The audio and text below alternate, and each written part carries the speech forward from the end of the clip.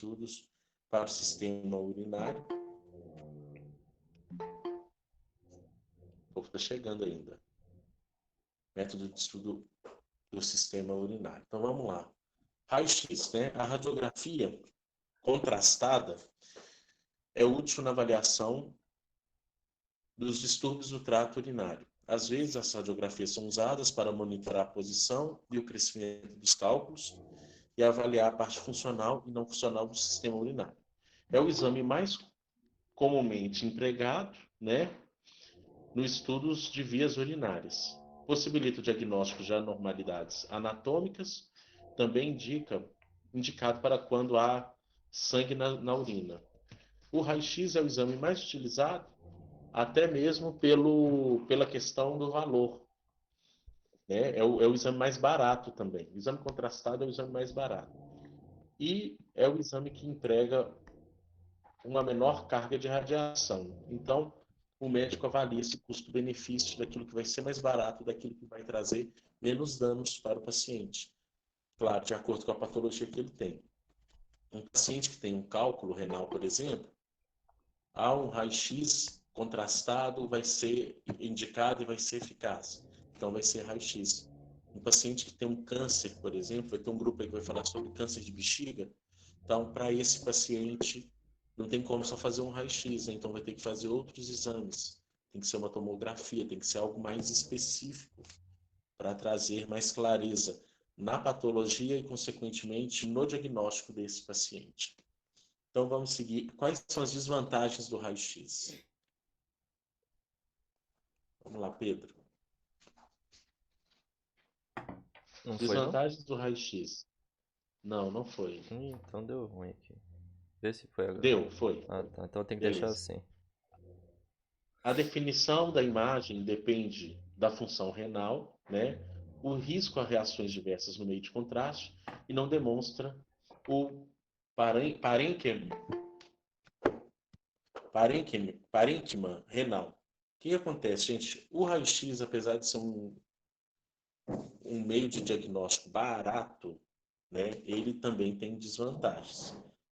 Porque depende da função renal, depende de que patologia, né? Não adianta só pensar no custo e não pensar na eficácia do exame, consequentemente, no diagnóstico. Um exame ineficaz não tem diagnóstico. Se não tem diagnóstico, não tem tratamento. Se não tem tratamento, não tem cura.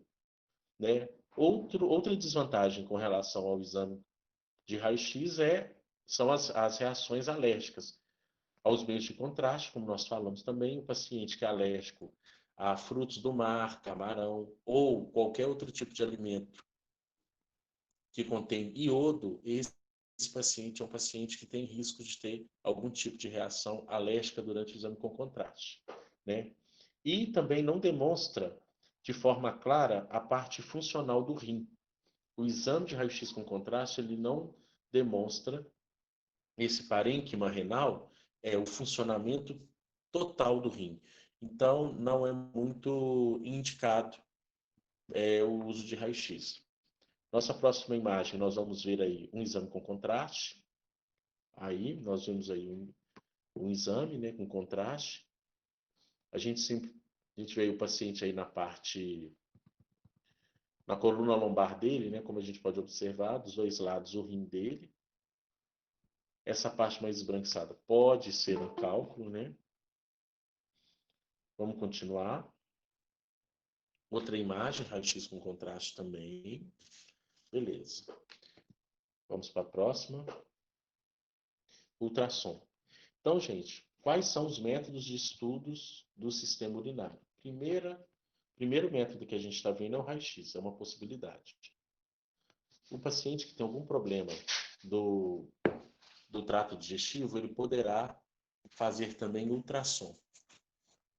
Um método, gente, não exclui o outro. Então, tem paciente que vai fazer ultrassom, vai fazer raio-x, vai fazer tomografia, vai fazer ressonância, e assim vai fazendo de acordo com o diagnóstico e a conclusão da patologia dele, né, do sistema dele. Então,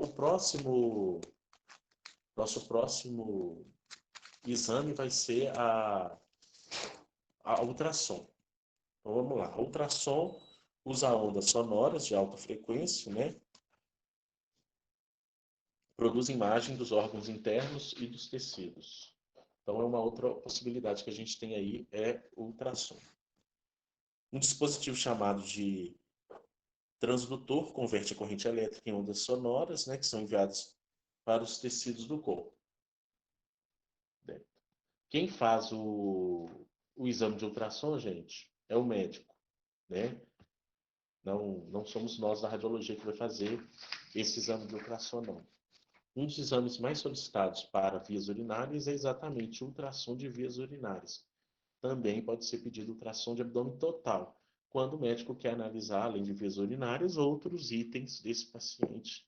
Ele pode pedir também, certo? Tem que ter pedido médico, e quem faz é o... Esse exame tem que ter pedido médico, e quem realiza o ultrassom é o médico ultrassonografista. Beleza? Obrigado. Vamos seguir. Jogo, por favor. Ultrassom é uma técnica de exame útil porque não requer o uso de radiação ionizante, nem de agentes, obrigado. Beleza. Nem de agentes intravenosos radiológicos, ou seja, é pouco invasivo no paciente. Não é caro, não é um exame geralmente caro. Mostra imagens durante sua captura, de modo que o técnico, no caso o médico, pode obter imagens adicionais se necessário, né? Então, o ultrassom é um método de estudo do trato urinário muito utilizado mesmo. O ultrassom é comumente usado para obter imagens, né, de inchaços e massas do trato urinário, como, por exemplo, bexiga, né, escroto e testículos. Eu não sei se eu cheguei a comentar com vocês, eu fiz um ultrassom de testículo. O que aconteceu comigo? Eu estava na academia e durante a realização de atividade física, um halter caiu em cima do meu genital. Eu senti muita dor, mas eu pensei, isso vai passar, e, enfim, vai passar. E o que aconteceu é que depois de uns 10 dias, aliás, uns 4 dias depois da queda desse halter, eu comecei a sentir uma dor abdominal muito intensa. Algo tipo como vindo dos rins, assim, e descia. Era algo no final do abdômen para baixo, de não conseguir dormir. Então, eu fiz um ultrassom de vias urinárias para ver se tinha alguma coisa, e nas vias urinárias a médica analisou bexiga, analisou rim, analisou próstata, analisou tudo e falou, olha, tá tudo normal, não tem nada de anormal nas suas vias urinárias, mas você precisa fazer um exame específico para testículos. Aí eu fiz um ultrassom de testículo, que é também feito por médico ultrassonografista, né? E consegue visualizar se está tendo sangramento, no ultrassom consegue visualizar se está tendo sangramento, ou se está tendo inflamação, infecção, né? No meu caso, aconteceu o que a gente chama de epididimite, que foi uma inflamação do epidídimo. Então, eu tive que tomar remédio e, graças a Deus, sarou. Essas patologias nessas áreas, gente, são muito delicadas, porque são áreas muito sensíveis. Então, assim, o testículo ficou... Eu nunca... Quando você está na condição de paciente, é muito diferente, né? Eu fiquei impressionado com o inchaço do testículo. É uma coisa assim, do tamanho de uma bola de sinuca, que você fala assim, meu Deus, além de ser uma coisa desconfortável esteticamente, é desconfortável também pela dor, né? Só de sentar dói. Então é muito delicado. E o ultrassom foi fundamental no diagnóstico para confirmar exatamente, né, o que estava acontecendo. A ultrassonografia também é usada para procurar bloqueios no rim ou bexiga, determinar se a bexiga retém urina, né? Todo esse movimento é possível visualizar através do ultrassom. O ultrassom com Doppler forma imagens analisando ondas que são refletidas, e a ultrassom com Doppler fornece informações sobre fluxo sanguíneo que ajudam o médico a determinar se há alguma disfunção erétil e dos distúrbios testiculares. No caso desse ultrassom que eu fiz, o médico deixou bem claro para mim, eu quero uma ultrassom, mas eu quero uma ultrassom com Doppler, porque ele queria visualizar exatamente isso. Né? Com essa ultrassom, ela é interessante porque ela vem colorida, como se fosse umas ondas em coloração azul ou coloração vermelha, exatamente para visualizar como que está o fluxo sanguíneo e também se há alguma normalidade. Então vamos seguir aí, ô Joubert, por favor. Aí nós temos exames de ultrassom, né? Ultrassom que é muito conhecido, sobretudo para gestação. Todo mundo fala muito de ultrassom para gestante, né? Para identificar o sexo do bebê, isso é muito comum. Mas ele tem outras funções que vão além de apenas para gestante. Vamos seguir. Beleza. Então nós temos ultrassom, mais aí outro ultrassom, temos ultrassom de vias urinárias, temos ultrassom de testículos, temos ultrassom de abdômen total, de acordo com aquilo, temos ultrassom endovaginal, muito utilizado na ginecologia. Então, de acordo com a necessidade do paciente, o médico solicita um ultrassom. Me perguntaram aqui, bom dia, estou ouvindo a aula, mas não posso responder. Beleza, sem problema, está tranquilo. Então, vamos seguir. Cintilografia. Um outro método utilizado para vias urinárias é a cintilografia, que é utilizada através da ressonância magnética, né?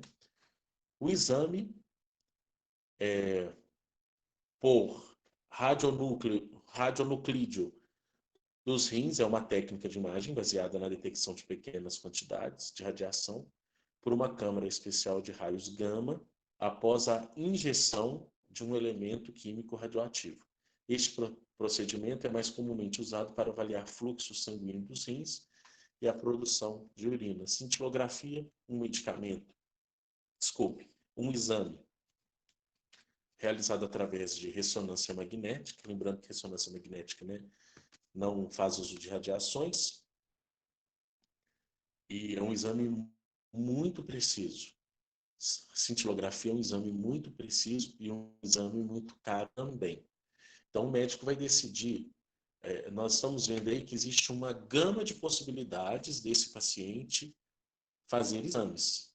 Quem vai definir esse exame? O médico, de acordo com a necessidade, de acordo com o caso do cliente. Ele definir qual é a situação do cliente. Algo interessante. Vão ter grupos que vão apresentar trabalhos que vão falar sobre mudanças de sexo. E aí, o que ocorre?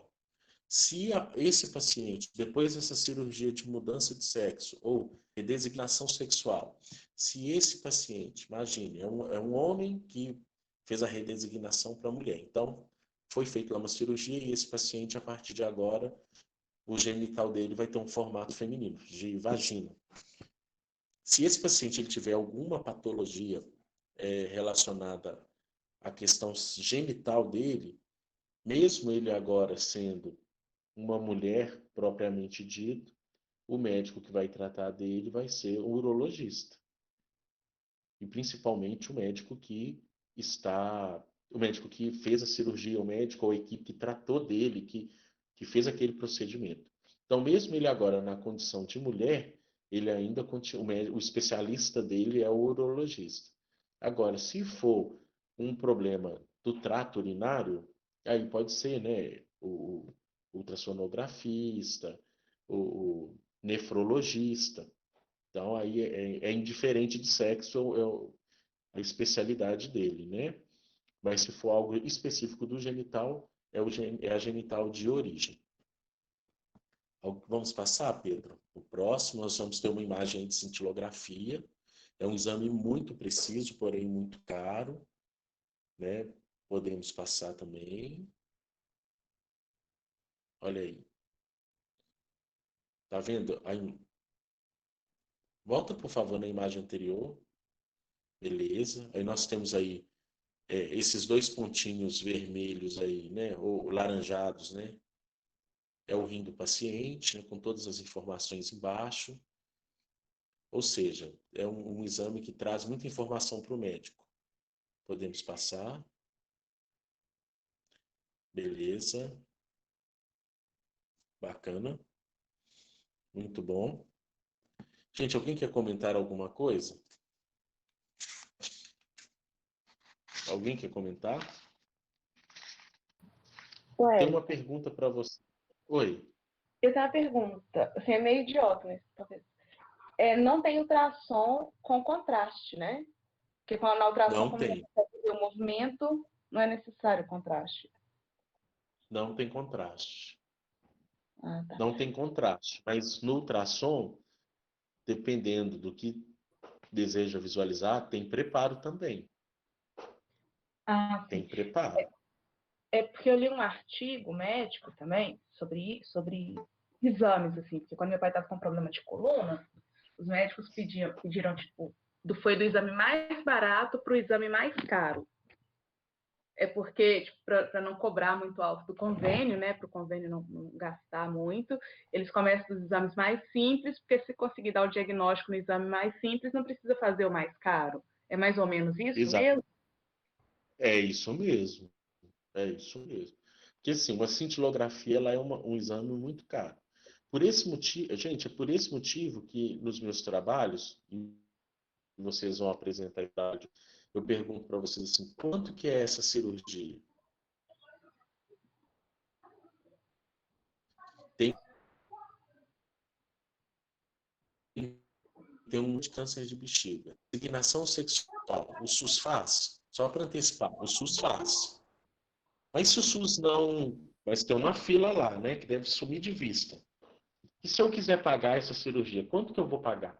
Eu atendo todos os requisitos da cirurgia, mas quero pagar. Quanto que eu vou pagar? Então é importante que a gente tenha conhecimento de custo das coisas. Né? É muito importante que saibamos o custo. Então, de fato, o plano de saúde começa do exame mais barato, indo para o exame mais caro. Porque A minha também mãe. não adianta colocar o paciente. Uma cintilografia. Oi, pode falar. Não, é só porque minha mãe tem Chagas e ela fez cintilografia. Só que foi cintilografia cardíaca, Uhum. né? E o exame era tão caro que o Sim, convênio foi tão caro que o convênio não cobriu integral, ele cobriu parcial e a gente ainda teve que completar com R$ 6.000. pois é. Cintilografia é um exame muito caro. Então, não justifica pedir uma cintilografia renal de um paciente quando um ultrassom resolve. Então, um ultrassom é 120, R$ 130. E para que vai pedir uma cintilografia de 7 mil, 15 mil, 20 mil, 12 mil? Não justifica. Mas às vezes não tem jeito, às vezes tem que pedir. Já tentou de tudo, já tem que pedir. E aí os convênios, às vezes, eles ficam relutantes a isso. No caso do SUS, a situação ainda é um pouco pior, porque no caso do SUS, o paciente, às vezes, a Secretaria de Saúde fala, olha, eu tenho aqui um bolo de processo, de ordem judicial para fazer o exame, não temos como fazer. Imagine que tem lá na Secretaria de Saúde 20 ordens judicial para se cumprir para fazer esse exame. Um exame de R$ 10.000. Não tem como fazer de todo mundo. Se os que têm ordem judicial para fazer vão esperar, imagine os que não têm ordem judicial. Aí o que acontece, gente? Quando o exame sai, o paciente já faleceu. É uma pena. É uma pena. Mas isso acontece muito, muito. Vocês vão vivenciar muito isso. Se vocês forem trabalhar no SUS, vocês vão vivenciar. Lá no hospital que eu trabalho, quando eu estava na parte eletiva, atendendo raio-x na parte eletiva, eu lembro que era um agosto, setembro, nós estávamos atendendo pacientes de novembro do ano passado. Então, a gente tá falando de raio-x de tórax, que é R$ 50, R$ 40. Se um raio-x de tórax demora 8, 9 meses, 10 meses para sair, imagine uma cintilografia. Aí complica mais ainda, né? Vamos seguir, Pedro, por favor. Tomografia, muito conhecida, né? A tomografia computadorizada fornece imagens do trato urinário e das estruturas que o rodeiam, né? A angiografia, por exemplo, né? O que a angiografia faz? Ela avalia os vasos sanguíneos. Por TC, é uma alternativa menos invasiva do que a angiografia convencional e é útil para avaliar muitas doenças do trato urinário, né? Algumas vezes um contraste radiopaco é administrado na veia do paciente. Depois de administrar o contraste, as imagens são registradas imediatamente. Tanto no raio-x quanto na tomografia, é possível o uso de contraste. No caso do trato digestivo, iodo, né? No caso do trato digestivo, iodo. Quais são as desvantagens, gente, da radiografia? Vamos lá. Pode seguir no próximo. As desvantagens da tomografia incluem exposições e quantidades significativas de radiação ionizante, e quando contrastes são administrados, há um risco de lesão renal e de reações de tipos alérgicos. Assim como lá no raio-x, quando eu uso contraste, tem chance de reação, na tomografia é a mesma coisa. Raio-x e ATC, gente, eles são primos, eles são parecidos, sendo que na tomografia a gente consegue ter muito mais detalhes e muito mais visões do mesmo campo que a gente está estudando. Se você fizer durante um ano 20 tomografias, isso já começa a trazer um sério risco de saúde para você. 20 tomografias durante um ano. Lembrando que na tomografia nós temos muito mais radiação do que no raio-x. Muito, muito mais. É necessário, ou é um exame que te dá mais clareza, é um exame que te dá mais informação, mas você tem que tomar os devidos cuidados. Vamos seguindo. Olha aí, nós temos uma visão axial, né? Aí a gente está vendo um rim. A tomografia, ela nos proporciona, igual um desenho técnico, né? Que a gente consegue ver o órgão por várias perspectivas. Isso é interessante. Então, nós temos aí uma visão axial do rim. Pode prosseguir. Nós vamos ter agora uma outra vista do exame. Beleza, vamos prosseguir. Ó. Aí nós temos uma reconstrução MIP, né? É a projeção de intensidade máxima, né? A gente consegue ampliar. Sim, a gente consegue ampliar nessa perspectiva da tomografia, né? Nós estamos vendo a mesma coisa com várias visões. No caso dessa reconstrução MIP, a gente consegue destacar, realçar algumas estruturas, né? No caso aí, nós estamos vendo o rim. E aí nós temos uma reconstrução em 3D, a próxima. Beleza. Aí nós conseguimos ver o rim em 3D. Essas 4 imagens, gente, a quinta agora, que é a reconstrução em 3D também, essas 5 imagens que nós estamos vendo aí, essas 5 imagens que nós estamos vendo, é da mesma coisa, é um rim, com perspectivas diferentes. Então, às vezes, o médico ele consegue girar a imagem, olhar por um outro ângulo, olhar por trás, olhar pela frente. Então, isso facilita e ajuda muito no diagnóstico. Quando você faz um raio-x contrastado, você não consegue ter tantos detalhes quanto você consegue ter na tomografia, como é o caso aí desse paciente. Então, tomografia é extremamente utilizado no nos exames contrastados. Eu diria para vocês que hoje muitos lugares se usa mais ou só tomografia em relação a raio-x. Tem lugar que nem usa mais raio-x, mas isso varia muito de lugar para lugar, varia. Nem sempre também tem uma tomografia no município. Se não tem tomografia, tem que usar. Se não tem tomografia, vai ter que usar raio-x mesmo. Beleza? Alguma pergunta sobre tomografia, gente? Beleza, vamos seguir então com ressonância magnética. A imagem por ressonância magnética, né, assim como na tomografia, fornece imagens do trato urinário, né, e das estruturas que o rodeiam. Isso é importante, né, tudo aquilo que está em volta do órgão que a gente está estudando. Ao contrário da tomografia, a ressonância não envolve exposição de radiação, né? Pode ser usada para obter imagens de vasos de veias sanguíneas, né, no caso da angiografia. Para alguns distúrbios, a ressonância fornece mais detalhes do que a tomografia, né? Então, o médico ele pode pedir ressonância e tomografia, ou pode pedir só ressonância, ou pode pedir só tomografia, ou pode pedir só raio-x, ou pode pedir só ultrassom. Tem paciente que chega lá, vamos fazer um ultrassom. Fez o ultrassom, já identificou o problema. Acabou, não precisa fazer mais nada. E tem pacientes que vão fazer ultrassom, raio-x com contraste, e aí vai. Aí você me pergunta, existe uma ordem de pedidos do médico? A Amanda perguntou, né? Eles vão começar do mais barato para o mais caro?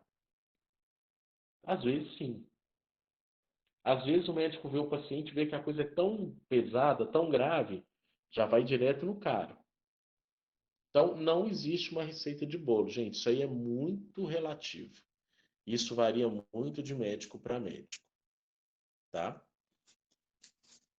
Vamos seguindo. Ressonância magnética, uso de contraste radiopaco fornece mais informações, né? Mais clareza. O contraste radiopaco frequentemente utilizado com pessoas com função renal. O uso de contraste radiopaco frequentemente usado não pode ser usado em pessoas com função renal deficiente. Por isso o médico faz toda uma anamnese antes.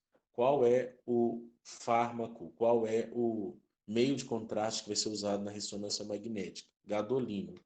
Esse é o meio de contraste que é utilizado nesse paciente. Vamos seguir na imagem, nós vamos ver uma ressonância.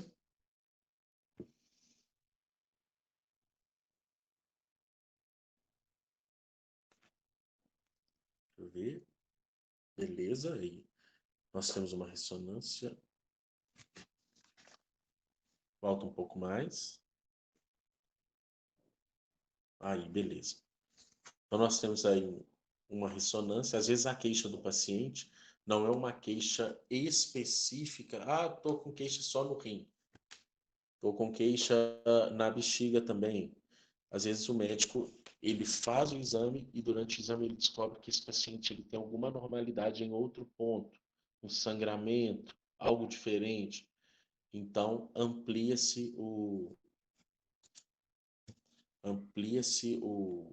a extensão desse exame. Bacana, pessoal? Tudo tranquilo? Mais Alguma ou menos, dúvida? Né? Muita coisa. Tranquilo, mais ou menos. Essa turma é uma turma sempre do mais ou menos e sempre se dá bem, né? Ah, graças Mas, a gente, Deus. mas o que acontece? A gente está indo aos poucos nessa questão do trato digestivo. São exames, assim, bem... Trato urinário. Não entendi. Trato urinário. Ô, gente, Tá desculpa. bom, deixa a nossa mente assimilar. Oi? Deixa a Oi? nossa mente assimilar agora. Então, por isso que a gente está indo aos poucos, antes da gente entrar em um exame específico do trato digestivo. No nosso próximo encontro, nós vamos falar do primeiro exame com contraste do trato digestivo. Então, nós falamos um pouco sobre os contrastes, o que são, quais são, como são utilizados, os riscos. Agora nós falamos especificamente dos métodos do diagnóstico de patologias do sistema urinário. Ou seja, para realizar um exame do trato urinário, nós podemos usar raio-x, ressonância, tomografia ou cintilografia. São métodos diferentes, com particularidades diferentes, com vantagens e desvantagens, né? Pegando aí o gancho da pergunta da Amanda, no caso do ultrassom, não se usa contraste, mas tem preparo.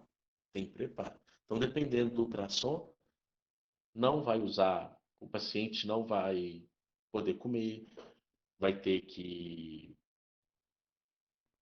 estar de jejum. Alguém aqui já fez ultrassom de vias urinárias? Alguém já fez? Na turma? Não, né? Ou sim? Eu não.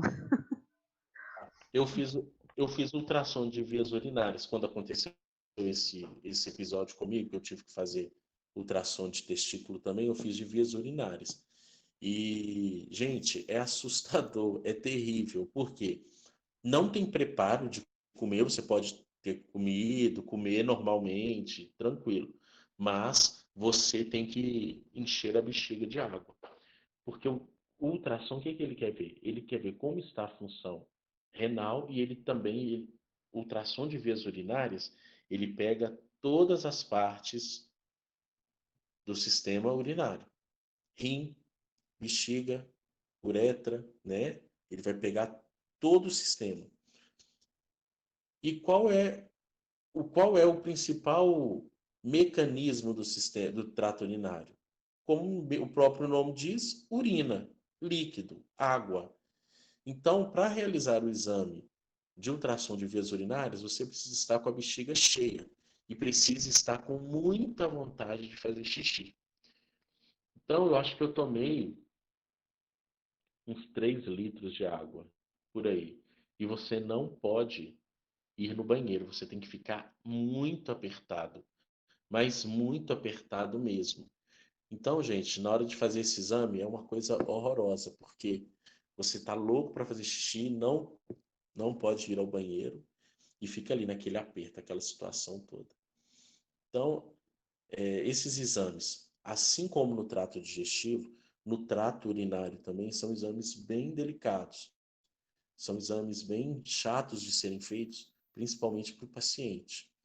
Então, o paciente, ele tem que estar atento a esses preparos, tem que estar atento aos procedimentos que serão realizados.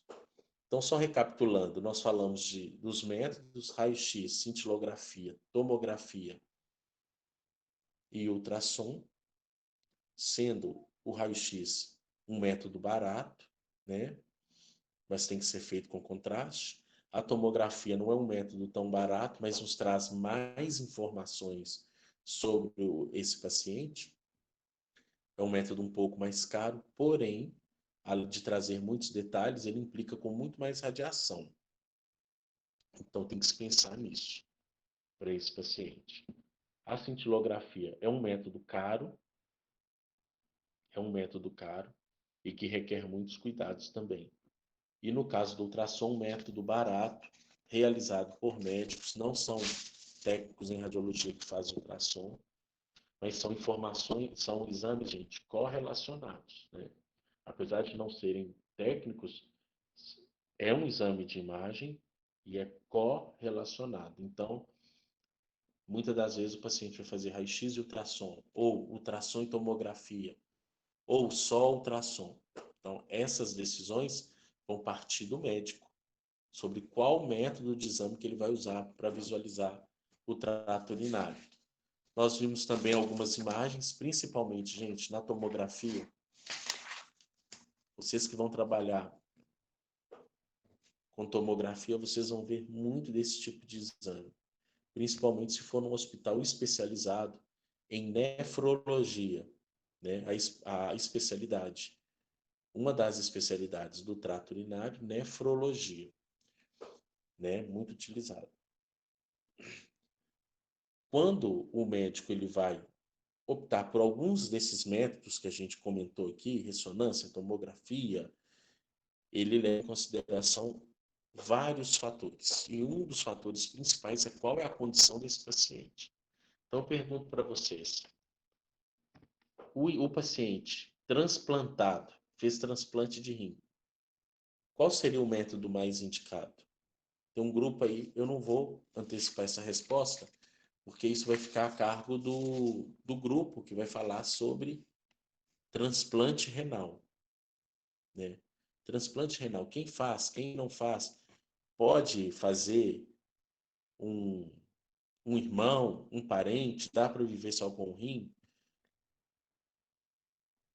Lá no exercício que vocês estão fazendo de 33 perguntas, tem uma pergunta muito interessante lá dos gêmeos. Alguém já viu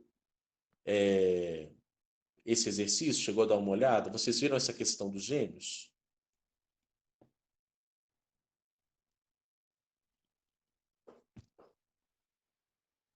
Gente, acorda, vocês estão vivos? Cadê o povo? Ô, Hélio, eu ainda não olhei, não vi, não. Não? Tá. Eu não vou antecipar, não, mas vocês vão ver lá. Tem uma questão lá que fala sobre os gêmeos, né? Se eu sou gêmeo de uma pessoa, preciso fazer um transplante renal. Qual o mais indicado? É menos indicado, né? Se eu já fiz um transplante renal, eu posso fazer um exame contrastado? Sim, não. Então, gente, a Jaqueline viu. Então, são muitas variáveis na hora do médico tomar uma decisão sobre qual tipo de exame, qual tipo de método eu vou usar. Às vezes, o médico, gente, ele vai optar, por exemplo, por um raio-x, ou ele vai optar por um ultrassom, que é o exame mais barato, e às vezes que é o exame que não vai dar para ele tanta informação daquilo que ele realmente precisa, porém, vai ser um exame que vai trazer menos malefícios para esse paciente. Então, um paciente transplantado, por exemplo, fez transplante renal, é um paciente diferenciado. É um paciente que precisa ter um olhar para ele, pensar nas particularidades dele. Leice, você quer falar alguma coisa? Não, não. Eu tô olhando Tá aqui a tranquilo? pergunta. A Olhando. pergunta fala, o casal tem 4 filhos, João, Maria, Paulo e Luísa. 2 dos filhos de casal são gêmeos. É essa a pergunta do exercício? É essa pergunta. Leia ela aí, só para a gente jogar a polêmica no ar. Tá. Leia aí, por favor. Um casal tem 4 filhos, João, Maria, Paulo e Luísa. 2 dos filhos do casal são gêmeos, monozigóticos, e os outros 2 são gêmeos dizigóticos. João, um dos gêmeos monozigóticos, precisa de transplante de um órgão. Qual seria a pessoa da família mais indicada para ser o doador? Exatamente. Então, gente, essa questão é uma questão interessante. A gente está falando, nós temos duas situações para realizar esse exame pós-transplante. Vamos pensar que um deles já foi transplantado, né? E o doador é um irmão. A pergunta ela se refere, qual seria o melhor doador? Beleza. Só que, se nós pensarmos um pouco mais à frente, depois de transplantados, a gente está falando de gêmeos. Depois de transplantados, vamos pensar que os dois precisam fazer um exame com contraste, né? Qual o exame mais indicado? Qual o método? Oi. Primeiro, o que é monozigóticos e o que é dizigóticos? Totalmente igual. Se eu responder monozigótico e dizigótico, eu respondo a pergunta, né? Apesar de que essa pergunta ela tem um pouco de interpretação. Você quis O Pedro colocar falou uma questão de genética aí, né? É, uma questão de genética, né? Porque alguém aí falou dizigótico, monozigótico, falou o conceito aí agora, alguém. Monozigótico é totalmente igual. Certo. E o outro? Na verdade, os monozigóticos e os alelos são iguais, não é isso, não? E aí, turma? E aí, o Ed? E aí? Ó, é o Eric que falou? Nós tem que saber primeiro, né? Falou que monozigótico é igual. Eu. Monozigóticos são gêmeos iguais. Isso aí é verdade. Existem Mas eles são variações. iguais porque os alelos do cromossomo são iguais, não é isso, não? É tipo azão, azão e azinho, azinho. Eles são iguais, exatamente. O fato deles serem iguais favorece na hora de um transplante? Sim. Ou não? Acho que depende. Deve eu acho que favorecer, né? sim. Quanto mais Ó, parecido, ó, melhor. Oi? Deve favorecer muito. É. Pois é. Biologicamente. Quanto mais parecido, melhor. É interessante, gente, porque às vezes a gente pensa assim, todo paciente é igual. Não, não é igual. Então a gente vai ter um paciente, por exemplo, transplantado, além de transplantados, eles são gêmeos. É uma família que tem dois grupos de gêmeos, né? 2 filhos gêmeos, são 4 filhos, 2 são gêmeos dizigóticos e 2 são gêmeos monozigóticos. Eu vou dar só No caso aqui de transplante, é um que é monozigótico. É um que é monozigótico, mas ele tem 3 irmãos. Isso. Um que é né? monozigótico, como ele, né? Sim, e outros que são dizigóticos. E aí? Aí acho que foi a Amanda que falou. Entra um pouco de genética. Então, isso é uma análise que vocês vão ter que pesquisar. Mas eu queria dar uma dica para vocês, uma informação. Dois homens gêmeos, por exemplo. Dois sujeitos do sexo masculino, gêmeos monozigóticos. Os dois ficam ou têm relação sexual com a mesma mulher. Um não sabe do outro e tem relação sexual com a mesma mulher. Essa mulher engravida. Eu consigo saber quem é o pai da criança? Sim, ué, pela. Vai respondendo aqui. Pela genética, né? Consegue sim. Legal. Material genético. Eu acho que acredito que sim, com certeza. Acredito não, tenho certeza que sim. Gente. Olha, essa resposta a gente vai trazer na próxima aula. Vocês poderão se surpreender. Então, ao se relacionar com gêmeos, gente, tome cuidado e pergunte se é monozigóticos ou dizigóticos. Sejam atentos. Mas isso aí, ó, se não tiver jeito demais. Agora você já sabe a resposta, já. Ficar sempre com o irmão não matar o outro. Como é que é? Foi Deus que fez isso pro irmão não matar o outro. Então, gente, eu vou deixar essa polêmica no ar, porque assim, gente, quando se trata de gêmeos, isso é muito interessante. Quando se trata de gêmeos, é uma situação atípica, é uma questão diferenciada. Como disse a Amanda, tem questões genéticas. Sim, tem questões genéticas. Então, é diferenciado tudo. Se precisar de fazer um transplante renal, né? Se precisar fazer um exame desse paciente específico, como que vai se comportar. Quando se trata de gêmeos, é uma situação diferente. Então, nosso próximo encontro, nós vamos desvendar esse mistério. Uma mulher que teve relação com 2 homens gêmeos monozigóticos. É possível saber quem é o pai da criança?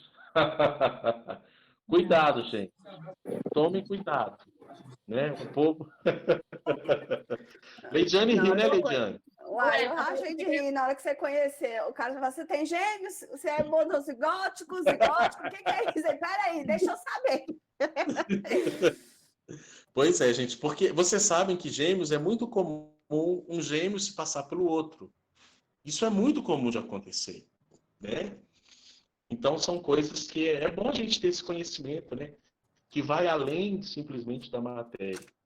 E é bom a gente ter olhar para esse paciente gêmeo que vai chegar para a gente para fazer um exame do trato urinário. Sobretudo se eles são transplantados.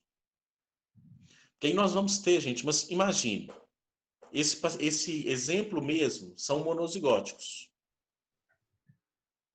Um dos gêmeos vai tirar um rim para dar para o irmão. Então, um vai ser transplantado e o outro a partir daquele momento, vai ter só um rim. Esses dois pacientes, até por uma questão de fazer acompanhamento, para ver como está o funcionamento desses rins, é muito comum e é fato que os dois irmãos, em algum momento, vai ter que fazer algum tipo de exame das vias urinárias ou do trato urinário. Como que está o funcionamento do transplantado? Como que está o funcionamento daquele que tinha 2 rins e a partir de agora vai ter um? Então, são situações que vão chegar para vocês. Então, beleza, gente? Tá tranquilo? Tranquilo, Wellington. Beleza. Nosso próximo encontro, quarta-feira, nós vamos entrar num exame específico, né? Que vai ser, aliás, o próximo slide vai ser sistema geniturinário. Sistema geniturinário. A gente vai entrar especificamente nas características dos rins, nas características da bexiga. Agora a gente vai começar a falar especificamente de parte a parte do sistema urinário órgão, as características dos órgãos. E vou deixar essa polêmica para vocês, né? Que não é uma polêmica, né, gente? É só uma enquete aí. Posso ou não posso saber quem é o pai da criança, né? É bom, porque assim como influencia na questão genética, influencia em outras coisas quando se trata de gêmeo também. Alguém tem alguma pergunta, gente? Está numa velocidade tranquila? Não quero correr com nada. Vamos devagar, assimilando aos poucos. E se alguém tiver alguma pergunta, pode fazer. Pode responder a polêmica, não? Ô, Leijane, eu te achei muito preocupada, Leijane. Uai, Wellington, vai que, né? A gente não sabe, né? A gente, assim, a gente tá sujeita a muita coisa, né? Oi? Wellington. Vanessa.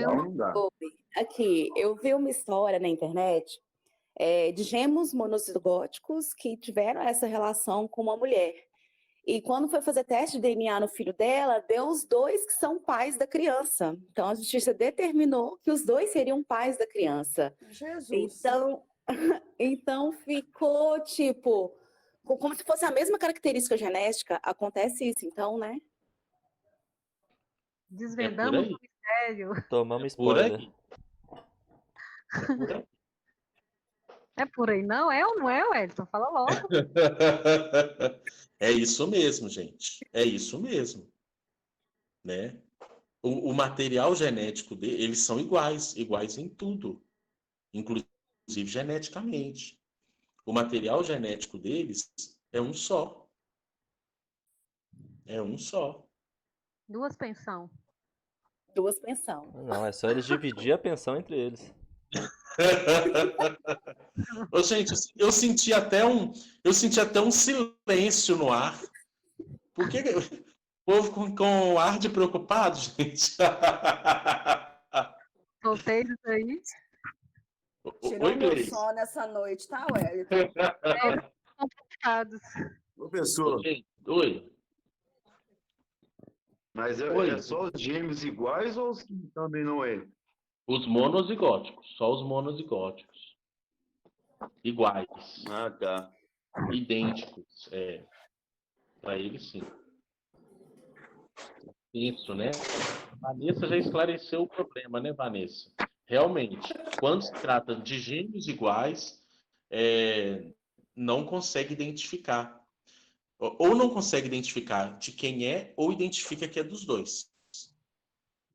Na verdade, é dos dois. Ô, Wellington, Oi. as doenças do rim, as doenças do sistema urinário, né, no geral, elas são geneticamente, elas são passadas, são hereditárias? Ou não? Teoricamente não, exceto o câncer, porque o câncer, existem estudos que falam que o câncer sim pode ser hereditário.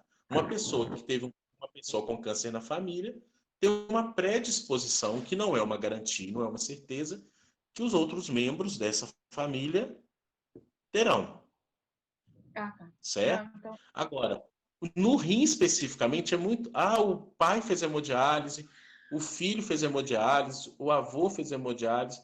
É necessário fazer todo um estudo em relação a isso, para ver o que está causando isso. Porque não necessariamente o avô, o pai deu, eu vou ter. Então, tem famílias que o avô deu e já está na quinta geração e ninguém mais deu. Então, precisa-se... Uma das coisas que com certeza pode acontecer são hábitos alimentares, né? As doenças do trato urinário, elas também estão relacionadas aos alimentos, ao estilo de vida, né? Beber muito, não beber muito, uso regular de água, né? Tem gente que não toma água, tem gente que não toma água. Uso excessivo de Coca-Cola, de refrigerantes. Qual é o estilo de alimentação dessa família? Porque às vezes o pai teve, o filho teve, mas os dois alimentam iguais. O que causou essa patologia para esse pai? Foi alimentação? Foi genética? Pode ter alguma coisa genética? Pode. Mas não tem como afirmar que todas as patologias renais estão relacionadas a fatores genéticos. Existem outros fatores que são levados em consideração. Beleza? Ok. Tranquilo. Beleza? Então, até na próxima quarta-feira. Nós estaremos juntos e a gente continua na nossa disciplina. Beleza? Ok, beleza. Ótimo fim de semana para vocês. Obrigado. Obrigado, Pedro, pelo apoio. Tenha um Nada. dia ótimo você.